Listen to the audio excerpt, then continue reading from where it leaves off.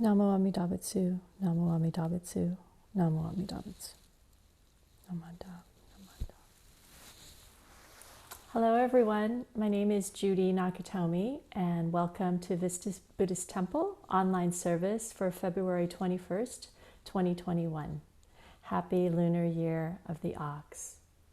Today we'll be doing an opening service with chanting Jusege and followed by a musical offering, Ondoku-san 2 by Annette Inoue on flute.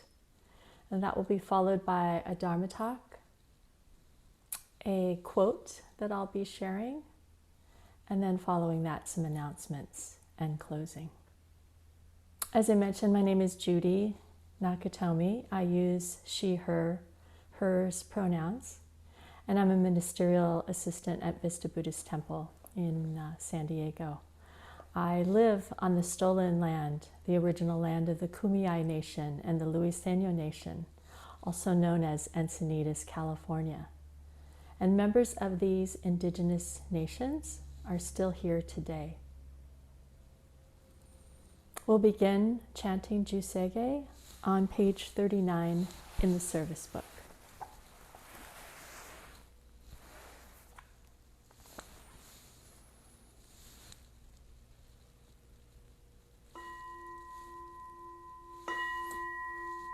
Gagon Chosegan Hishimu Jodo Shigan Fumanzo Seifujo Shoga Gao Muryoko Fui Dai Seshu Fusai Shobingu Seifujo Shoga Gashijo Butsudo Myosho Chojipo Kukyo Mishomon Seifujo Shoga Ryokujin Shonen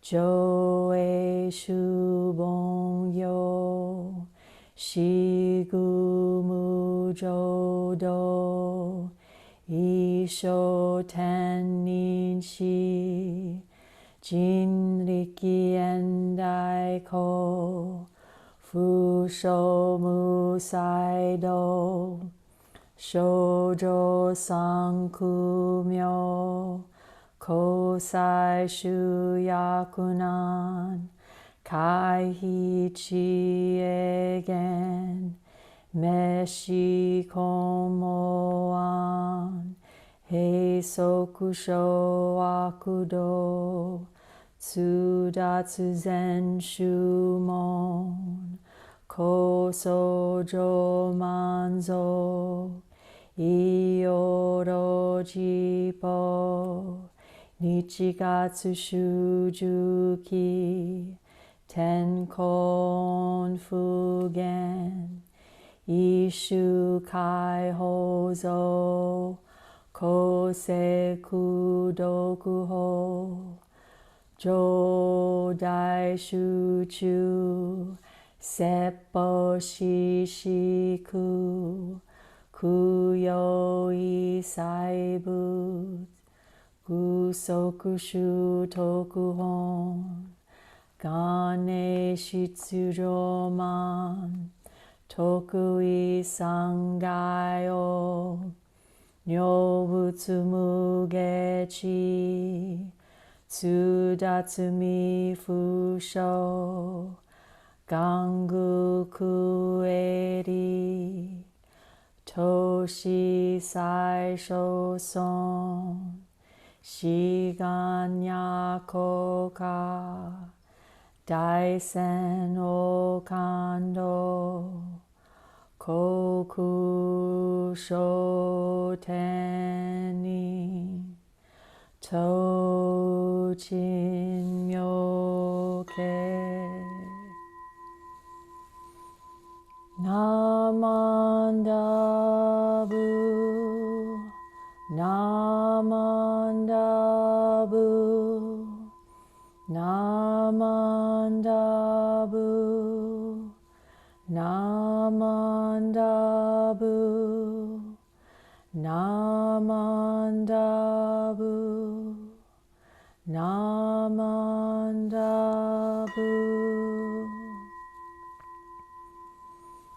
Ganishi Kudoku Byodo Seisai Don Bodaishin Ojo An Akoku.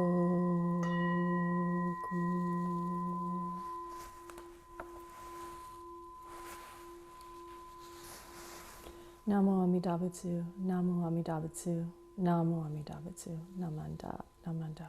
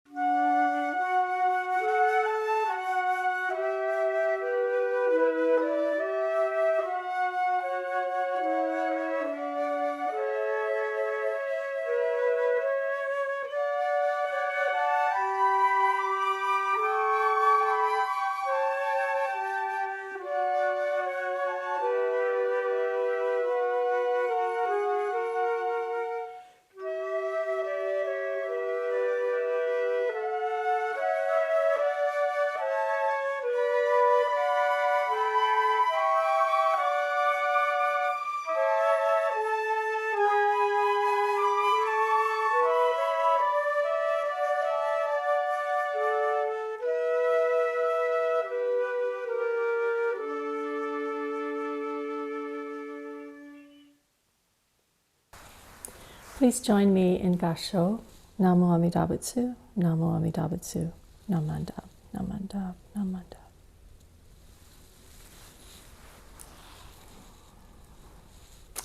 Welcome. Today I'm going to be sharing a Dharma talk called Sharing Our Gifts of the Earth, Cultivating Bodhicitta, or the Awakened Heart. how to practice in a way that enhances our compassion. Much of what I share in this talk is inspired by Robin Wall Kimmerer, a self-described mother, scientist, professor, enrolled member of the citizen Potawatomi Nation. Her essay, The Serviceberry, An Economy of Abundance, and book, Braiding Sweetgrass, inform much of the Dharma talk today. I've not studied economics in a really long time, yet this talk touches on some very basics.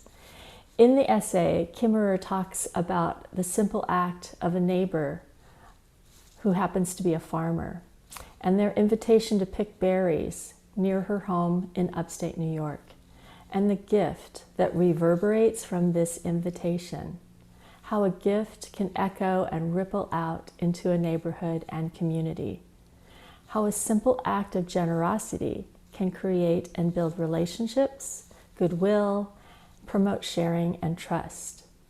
This is a beautiful example of a type of economy, the gift economy. Giving and receiving were an important part of my family and culture growing up, including and not limited to holidays and birthdays, a meaningful tradition that I want to continue to share and teach by example to my adult kids and to future generations, and for them to remember, because we carry on. We are a continuation.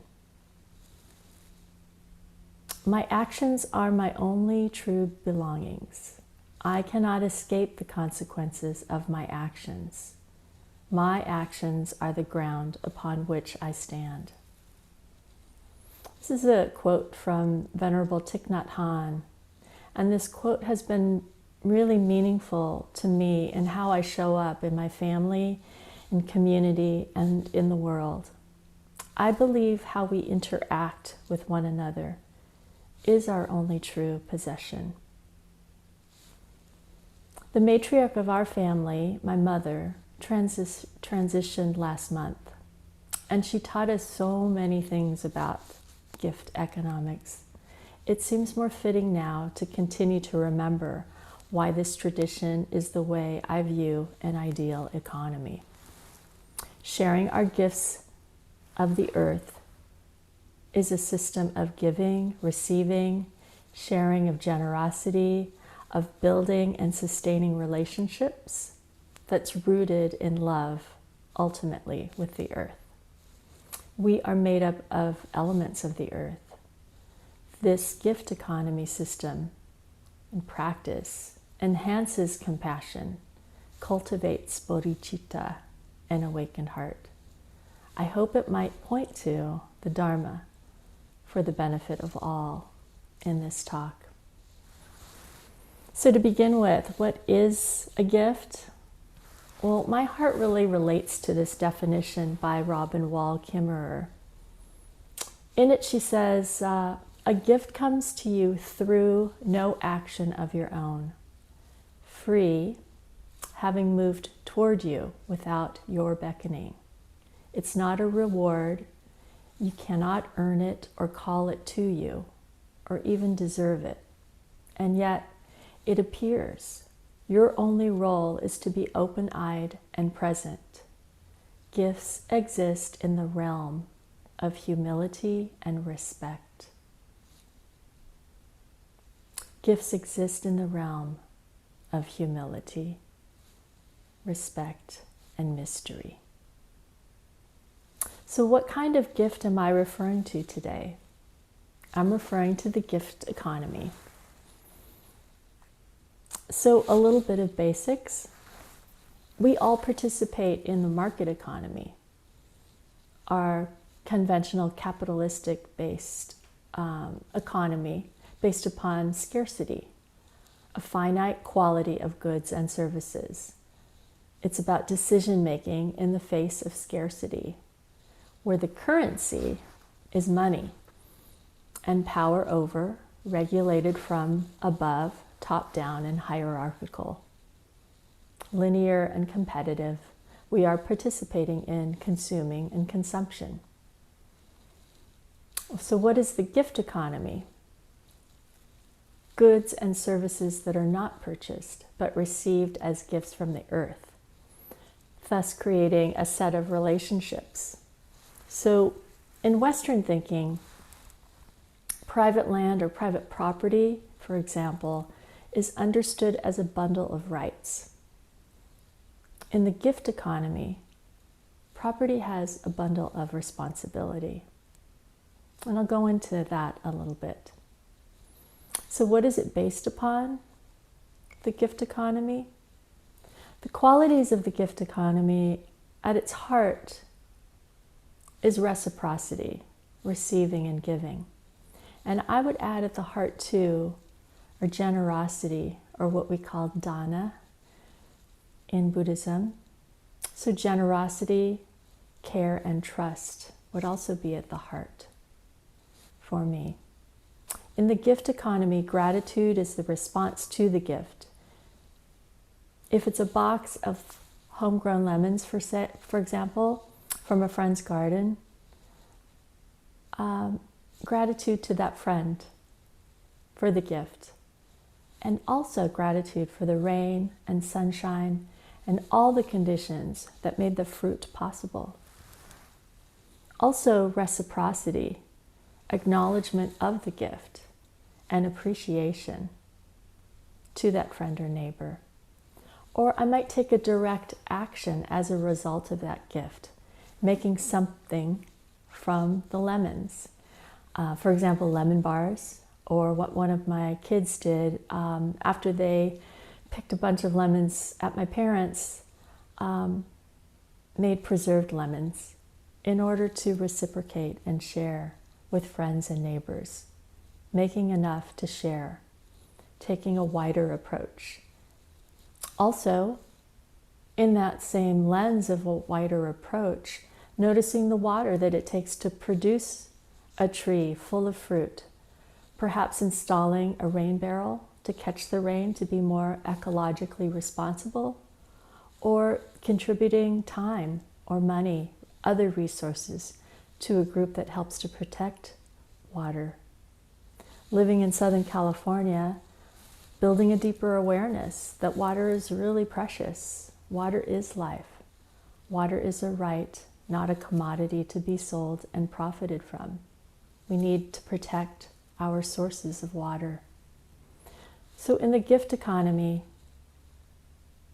currency is a renewable resource and relies on the power of relationships and connection. In the gift economy, wealth is defined as having enough to share. It's defined by what we give away, not what we accumulate. And the gift economy focuses on abundance, not scarcity. It nurtures community bonds, enhances mutual well-being with a collective sense of equity, as in the ideal of being just and fair and impartial, as well as accountability, as in a willingness to accept responsibility to one's actions in response to sharing our gifts of the earth. In the gift economy, we participate in something greater than ourselves, not separate from oneself. You could say empty of a separate self.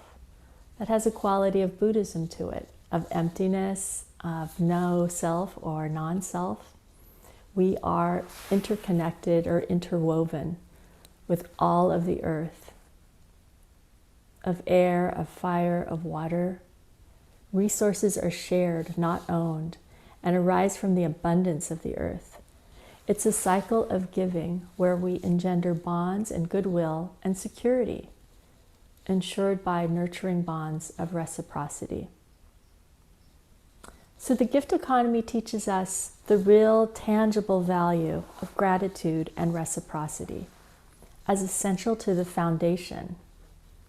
It relies on mutual support. This economy is cyclical, not linear.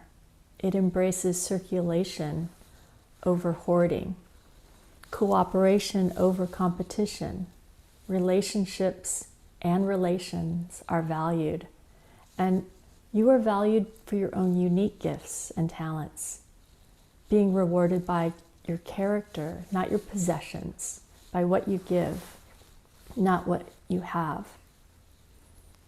So what does it teach, or how does it relate to Buddhist practice?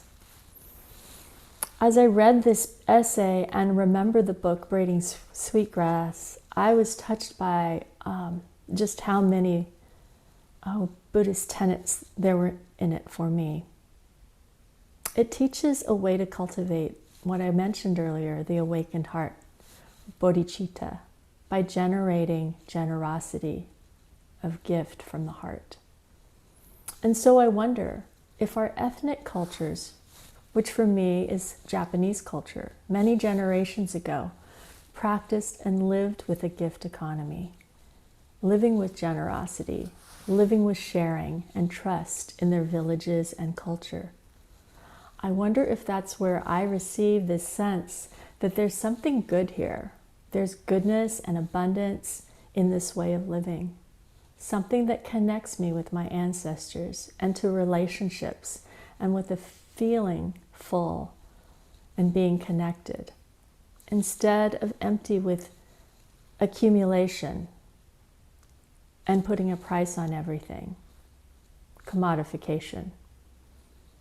It feels good to know the people who grow the produce from my weekly CSA box versus buying something from a supermarket or a large membership chain. I also have patience to wait a little longer, that things are handmade, like note cards or moccasins, versus cheap and fast. When I was young, my dad tended and cared for a small orchard of various fruit trees in our backyard in Sacramento, much more than our family of 6 could ever use. In the summer, trees heavy with Alberta peaches and Santa Rosa plums would fill buckets and boxes literally across our porch in the backyard to deliver to friends. In turn, friends would deliver crates of fresh tomatoes and crates of freshly harvested grapes to us. In the winter, an array of bright oranges, lemons, tangerines, persimmons were delivered on the weekends to family friends, to my dad's doctors, to the chiropractor, acupuncturist, you name it. I felt like we had an abundance of fresh produce at our fingertips year-round. Going back to the quote, wealth at what we have to give away and share, not what we possess. The gift economy comes with a bundle of responsibility, and I think that it's important that we remember that quality. We are humans that need social connection, and with connection comes responsibility. We care for each other. We care for the earth because we know that we are connected, that we are a part of the earth. I cannot survive without the elements, without water, air, fire, minerals, because they are a part of me. I need to take good care of the earth because my body and my life depend on it for its survival and flourishing. My actions are my only true belongings. I cannot escape the consequences of my actions. My actions are the ground upon which I stand. There are small groups of gift economy around. I know one, for example, in Oakland, California, called the East Bay Meditation Center. They offer an array of classes from yoga to meditation for all kinds of people with at its core of true equity, to serve and care for the community. And they don't rely on big donors. You pay what you can for classes. You pay what you can, and those with more give more. And they rely on that generosity. And this place has been around for a long time now. I would say that they are a great success and a great example. We can be here for each other, build relationships, offer our unique gifts and talents and abundance, and look at wealth in a different way, by what we can share and give, not what we accumulate and possess. Because when you think about it, everything comes from the earth. It begins with one of the 4 elements. I hope this offers a different perspective of how we can nourish and tend to each other, how we can cultivate bodhicitta, an awakened heart, full of compassion, trust, care, and love. May the merit and goodness generated today benefit all beings, and may it bring peace, care, trust, and love. Please join me in Gassho. Namo Amida Butsu, Namo Amida Butsu, Namo Amida Butsu, Namanda, Namanda, Namanda.